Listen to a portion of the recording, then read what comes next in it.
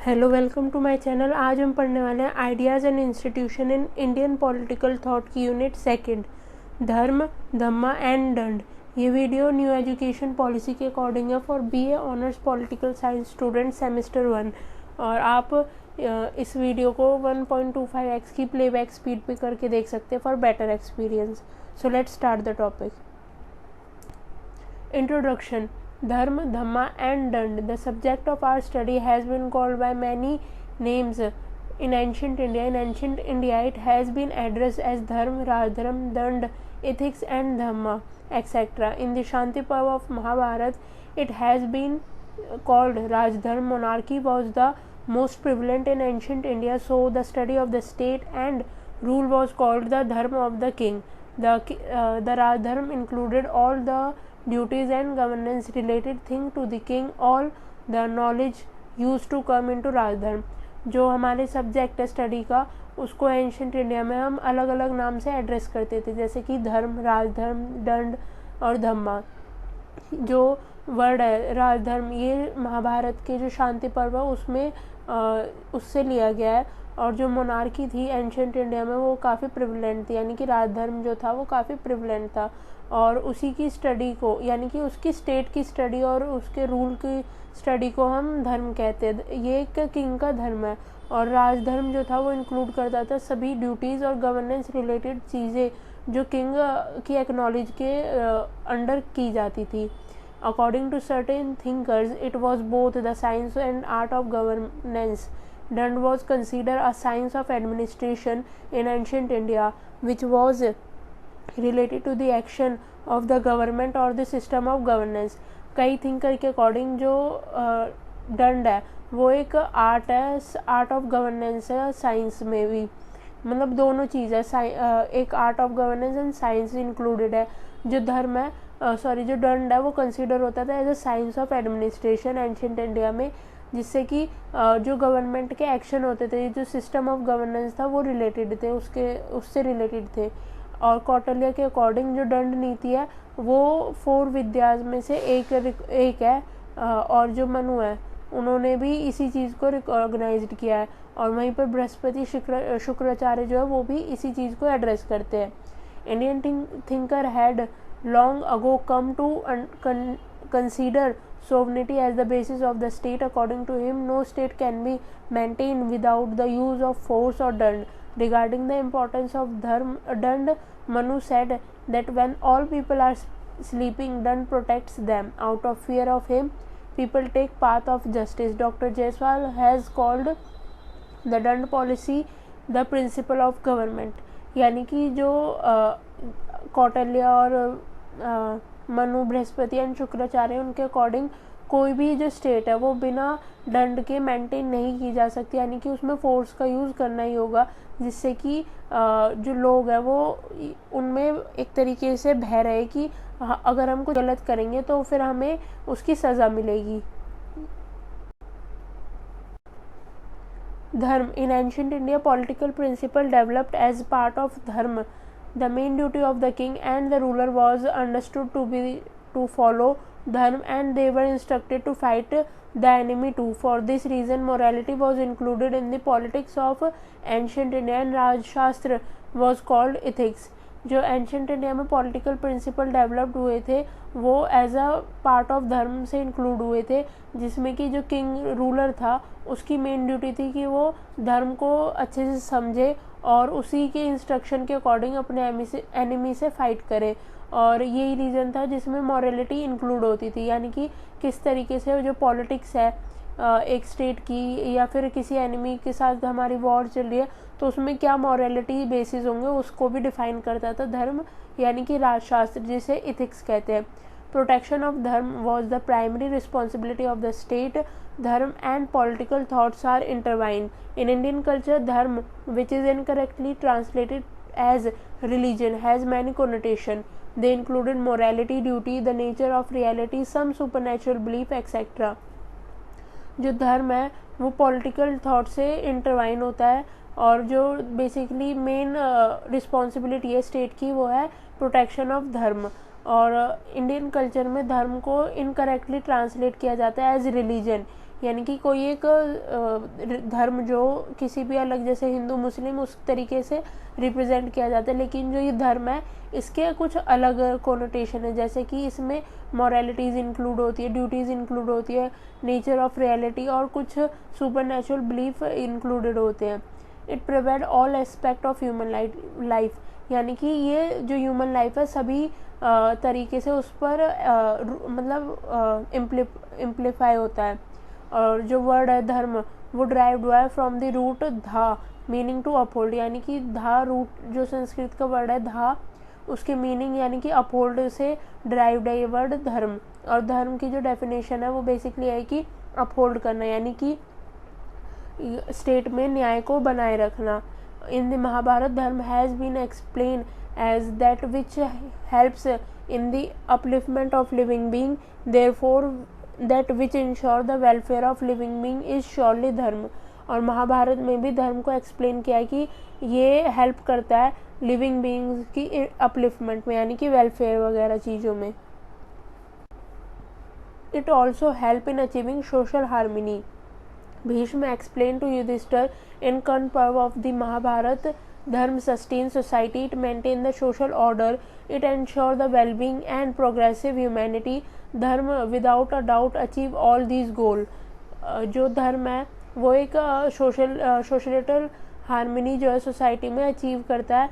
वहीं पर जो भीष्म है उन्होंने युधिष्ठिर को एक्सप्लेन किया था महाभारत के कर्ण पर्व में कि धर्म जो है वो सोसाइटी को सस्टेन करता है और एक सोशल ऑर्डर मेंटेन रखता है, जिससे कि जो सोसाइटी के लोग हैं वो एंश्योर कर पाते हैं वेलबींग को और साथ ही अपनी अपलिफ्टमेंट कर सकते हैं, जैसे कि वेलफेयर होगा ह्यूमैनिटी का।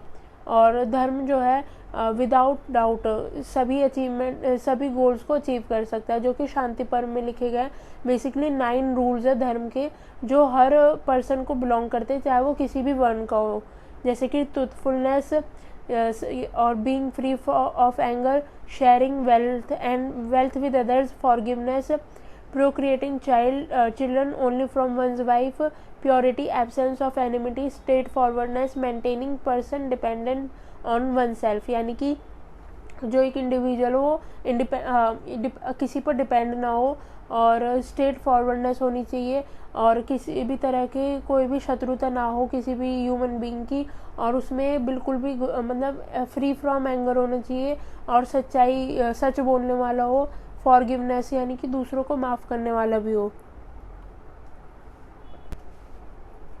मनुस्मृति में जो मनु है उन्होंने धर्म के 10 सिद्धांत बताए हैं, जो कि है patience, forgiveness, rational control of the senses, honesty, sanctity, continence, reason और knowledge, philosophical wisdom, truthfulness and absence of anger. जो व्यास है उन्होंने भी धर्म को as a universal god will कहा है, और Buddha also uses it in the sense of morality and action. It has been elaborately discussed in the Dharmapad. From these definitions, it is clear that Dharma provide us with solution to problem in our everyday practical life. It is based on reasoning, knowledge, logic and rules. From it, one can discern what is to be done and what is not. Everybody must imbibe ideas such as the absence of anger, speaking the truth, forgiveness, simple living, etc. This will help us understand which is the right path and which is not. As a result, Dharma instruct us on what is and is not acceptable behavior. जो कि बुद्ध है उन्होंने भी इसी sense में बात किया कि मोरालिटी और जो एक्शन है इंडिविजुअल के वो किस तरीके के होने चाहिए। वहीं पर जो धर्म है हमें वो हमारे जो प्रॉब्लम्स हैं उनके सॉल्यूशन देता है, जो कि एवरीडे प्रैक्टिकल लाइफ में आती है, और ये बेस्ड होती है रीजनिंग, लॉजिक एंड रूल्स पर, जिसमें कि एक जो इंडिविजुअल है वो अपनी यानी कि अपनी नॉलेज से इस डिसीजन पर आ सकता है कि क्या चीज़ सही है और क्या चीज़ गलत है, जो कि सोसाइटी में एक्सेप्टेबल है या नहीं है। Dhamma is the Prakriti form of Sanskrit word dharma, meaning the universal law or righteousness. If one like to extend, one may say the social and religious order found in a society.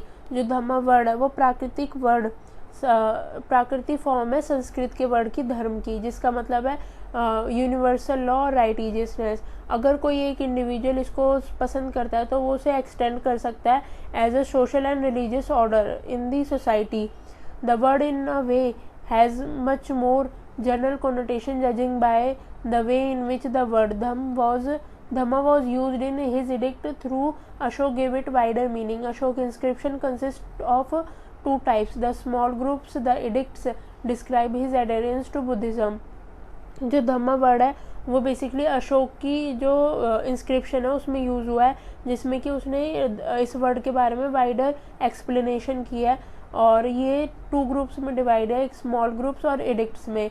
और इनमें कुछ rock surface पर लिखे गए हैं चीज़ जो इनके inscription है, कुछ major and minor rock edicts है और कुछ पिलर एडिक्ट्स है जो कि प्रोपोगेट करती है अशोक के आइडियाज़ को फॉर हिज सब्जेक्ट, यानी कि जो उसकी प्रजा थी उसके लिए। All this definition what he understand by Dhamma, a concept of utmost self-introspection, utmost obedience, utmost enthusiasm, including in it deeds such as compassion, liberty, truthfulness, purity, gentleness and goodness, and notions such as a noble and pure intention, proper maintenance of social and relationship, and abstention from animal slaughter।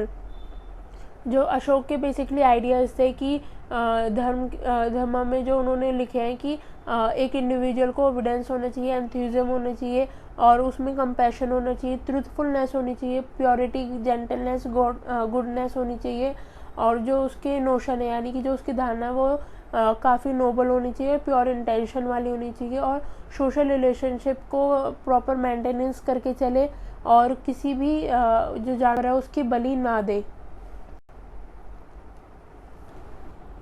It is a brief summary about the major rock edicts, pillar edicts and minor rock edicts जो कि अशोक ने अपनी theory of state में दिए थे। जो first major rock edict है वो कंटेन करता है कि किसी भी तरह के पशु वध ना हो, यानी कि एनिमल जो सेक्रीफाइस किए जाते थे on the basis of festive gathering, उस पर रोक लगाई उन्होंने। और जो सेकंड मेजर एडिक्ट है उसमें वो कंटेन करते हैं social welfare included such as medical centers for men and animals, the construction of road supplies with wells, and lived with shady trees and planting medicine herb। और जो third major rock edict है वो contain करते हैं ब्राह्मणों को liberty देना, यानी कि स्वतंत्रता देना, और उसके बारे में अलग अलग जो उनके प्रचार थे वो करना। और फोर्थ रॉक एडिक्ट जो है वो बेसिकली अज्यूम करता है the policy of dharma has improved the general condition of the people and there has been tremendous moral achievement suggesting almost an ideal state, a period of prosperity and righteousness when man lived as gods and when gods were not afraid to mingle with man. और जो अशोक के pillar edicts थे, first pillar edict में उन्होंने describe किया है कि किस तरीके से जो अशोक के सिद्धांत थे अपने सब्जेक्ट्स यानी कि जो अपने प्रजा उनकी सुरक्षा को लेकर, उसके बारे में डिस्क्रिप्शन दिया है। और जो सेकंड पिलर एडिक्ट है उसमें उन्होंने जो धर्म के जो अधिकार है उनको डेफिनेशन किया है एज अ कि जो धर्म है वो न्यूनतम पापों और दया, स्वतंत्रता, गुण, पवित्रता और सत्यता से रिलेटेड है, इसके बारे में उन्होंने डिस्क्राइब किया है। और जो थर्ड पिलर एडिक्ट है उसमें उन्होंने एक डिस्टिंक्शन किया है बिटवीन द एंगर और क्रूरता और कठोरता जैसे सभी पापों के नाश से रिलेटेड। और जो फोर्थ पिलर एडिक्ट है उसमें जो राजा के कर्तव्य होते हैं उनके बारे में उल्लेख किया है। वहीं पर जो फिफ्थ पिलर एडिक्ट है उसमें उन्होंने जो जानवर होते थे और पौधे होते थे उनकी एक लिस्ट तैयार किया, जिनको कुछ बेसिकली फेस्टिवल पर नहीं मारा जाना चाहिए था, और कुछ उन जानवरों और पौधों की लिस्ट तैयार की जाती है उसमें जिनमें किसी भी जानवर को कभी भी नहीं माना जा सकता। और इसमें कुछ अशोक के जो कैदी थे उनकी रिहाई का भी वर्णन मिलता है। और जो 6th पिलर एडिक्ट है उसमें जो धर्म है उसकी जो पॉलिसी है उसके बारे में व्याख्या की गई है, जैसे कि जो धर्म की क्या पॉलिसी है कि अपनी स्टेट पर स्टेट के लिए वेलफेयर और हैप्पीनेस, ये सारी चीज़ें किंग के वो है रिस्पॉन्सिबिलिटी। और 7th पिलर एडिक्ट में किसी भी तरह के जो लोग हैं, यानी कि किसी भी तरह की सिद्धांत को मानने वाले लोग हैं, नीति को मानने वाले लोग हैं, उनके बीच में एक वेलबींग को इस्टेब्लिश करना। दंड, Kautilya Manu. Kautilya has discussed the judicial system as well as the Dand system. Regarding Dand, Kautilya has emphasized that the Dand given by the king to bring the people on the right path should neither be more than on the need and justification nor less. The king should decide for proper Dand thoughtfully. जो कौटिल्य उनके according judicial system है वो एक proper दंड, उसमें एक proper दंड system होना चाहिए। जो कौटिल्य थे उन्होंने दंड सिस्टम को काफ़ी एम्फेसाइज किया है कि जो किंग है, किंग की रिस्पॉन्सिबिलिटी है कि वो अपनी प्रजा को एक राइट पाथ पर लेके जाए, और अगर ऐसा कोई नहीं करता तो उसके लिए प्रॉपर दंड का प्रावधान हो। जैसे कि Kautilya does not follow the principle of equality about दंड, जिसमें कि कौटिल्य ने रेफ़र किया है कि सभी के लिए एक प्रकार का दंड ना हो, यानी कि जो भी कोई किसी भी तरह का दंड कर रहा है, यानी कि किसी भी तरह की एक हरकत कर रहा है तो उसके अकॉर्डिंग राजा को एप्रोप्रिएट सज़ा देनी चाहिए। In this regard, keeping in the mind the weak condition of women and children, they have arranged for relatively less done for them, and in this regard, discrimination has also been made based on one system. Kautilya is of the view that the done should be conducive to the crime, and the done should be given with proper knowledge of the gender and stage and circumstances of the crime. जो भी कोई crime किया गया उसके king को पहले सारे circumstances और स्टेजेस को अंडरस्टैंड करना होगा, उसी के अकॉर्डिंग किंग जो है वो क्राइम के अकॉर्डिंग अपना एक फैसला दे कि उसको उस इंडिविजुअल को क्या दंड मिलना चाहिए। और दंड देते वक्त हमें ये बात भी ध्यान रखनी चाहिए कि जो वीक कंडीशन है किसी भी वीमेन की या चिल्ड्रन की, उसके बारे में भी हमें उसके बारे में ध्यान रखते हुए उनको लेस दंड मिलता था, यानी कि कम दंड मिलता था। He has provided 3 types of दंड for criminal: corporal दंड, economic दंड and prison. कौटिल्य ने 3 प्रकार के दंड का डिस्क्राइब किया क्रिमिनल के लिए: कॉर्पोरल दंड और इकोनॉमिक दंड एंड प्रिजन, यानी कि इकोनॉमिकली उनको वीक करना है और कॉर्पोरली उनको दंड देना और या फिर उनको जेल में डालना। ये 3 तरीके के दंड थे।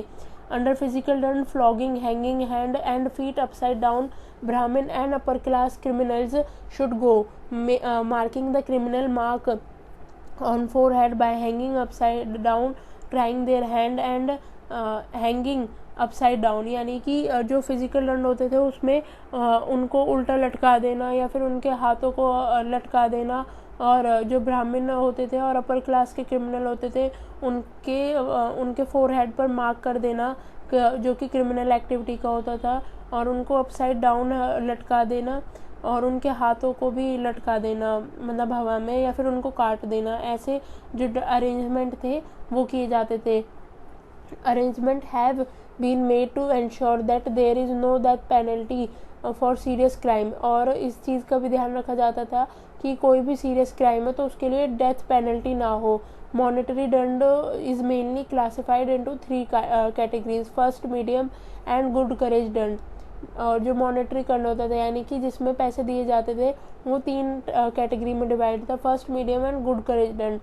जो रेंज होती थी फर्स्ट की वो होती थी 48 to 96, और जो पोजीशन होती थी जेंडर मतलब पोजीशन ऑफ उसकी क्या इंडिविजुअल की पोजीशन है उसके अकॉर्डिंग जो मीडियम दंड था वो तय किया जाता था, जो कि 2000 to 5000 के बीच में, जो भी उनके पर मंथ या फिर पर ईयर जो उनकी वो थी इनकम थी। Apart from this, penalties of different amount have been prescribed for various offences. In this way, strict dand have been arranged by Kautilya and be done as a physical dand. The dand rust, pressing, flogging, hand inverted, etc. has been expressed. Theology seems to be inhuman in nature. Manu के according जो law and justice system है किसी भी society में वो king के द्वारा establish किया जाता है, यानी कि किंग की ड्यूटी है कि वो क्रिमिनल को पनिश करे। अगर किंग ऐसे नहीं करेगा, जो स्ट्रॉन्ग पीपल होंगे सोसाइटी में वो अपने से वीक को ट्रीट करेंगे, बिल्कुल ही उनको ओप्रेस करेंगे, जैसे कि उन पर दबाव डालेंगे, ऐसे ट्रीट करेंगे। और जो सोर्स ऑफ लॉ है मनुस्मृति के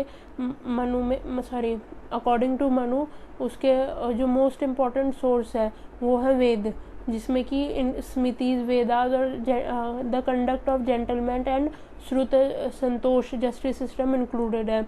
और मनु के अकॉर्डिंग कि जो भी डिस्प्यूट है, यानी कि किसी भी तरह का जो विवाद है, वो उसके दो कारण है। पहला कि किसी भी वॉयलेंस की वजह से कोई भी एक तरीके से विवाद उत्पन्न हुआ, और जो दूसरा है वो है किसी भी लैंड या फिर किसी इंडिविजुअल के मनी की पेमेंट ना करना, उसकी वजह से होने वाला विवाद। और मनुस्मृति में इसके बारे में डिस्क्राइब किया है कि जो किंग है वो the king, if the king himself does not decide the dispute, then a learned brahman should be appointed to look after that work. अगर मनुस्मृति में मनु ने डिस्क्राइब किया, अगर किंग अपने आप किसी भी डिस्प्यूट का सॉल्यूशन निकालने में नहीं सक्षम है, तो फिर किसी लर्न ब्राह्मण, यानी कि जिसके पास काफ़ी नॉलेज हो, उस ब्राह्मण को इंक्लूड करके, उसको अपॉइंट करके, उसको पूरे सिनेरियो समझा कर उसके बारे में वो सॉल्यूशन निकाले और किंग को एक तरीके से एडवाइस दे। और जज should decide all dispute with complete impartially, because only the member of the house in which truth suffer from the untruth are destroyed by sin. According to Manu, judge should be Brahman, under no circumstances should be Shudras. Judge should be the people who can read people's inner feeling through external symbolic like tone, color, effort. In Manusmriti, the evidence is divided into two parts: Manush, Sakshya and Divya Param. There are three types of man-made evidence: written and witness. यानी कि जो मनु थे उनके according एक जज higher किया जाना चाहिए, मतलब एक कोर्ट होनी चाहिए जिसमें कि एक जज हो, और जो जज है वो बेसिकली ब्राह्मण होना चाहिए। किसी भी सर्कमस्टांसेस पे जो जज है वो शूद्र ना हो, और जो जज है वो बायस ना हो। वो जज इतना एबल हो कि वो लोगों की इनर फीलिंग को भी कि एक्सटर्नल सिंबल जैसे कि टोन, कलर, एफर्ट से रिकॉग्नाइज कर सके, रीड कर सके। और मनुस्मृति में दो तरह के एविडेंस को डिस्क्राइब किया गया है, एक मनुष्य साक्ष्य और दिव्य परम। Thanks for watching. अगर आपको वीडियो पसंद आई हो तो वीडियो को लाइक करें, शेयर करें एंड चैनल को सब्सक्राइब करें। Thank you.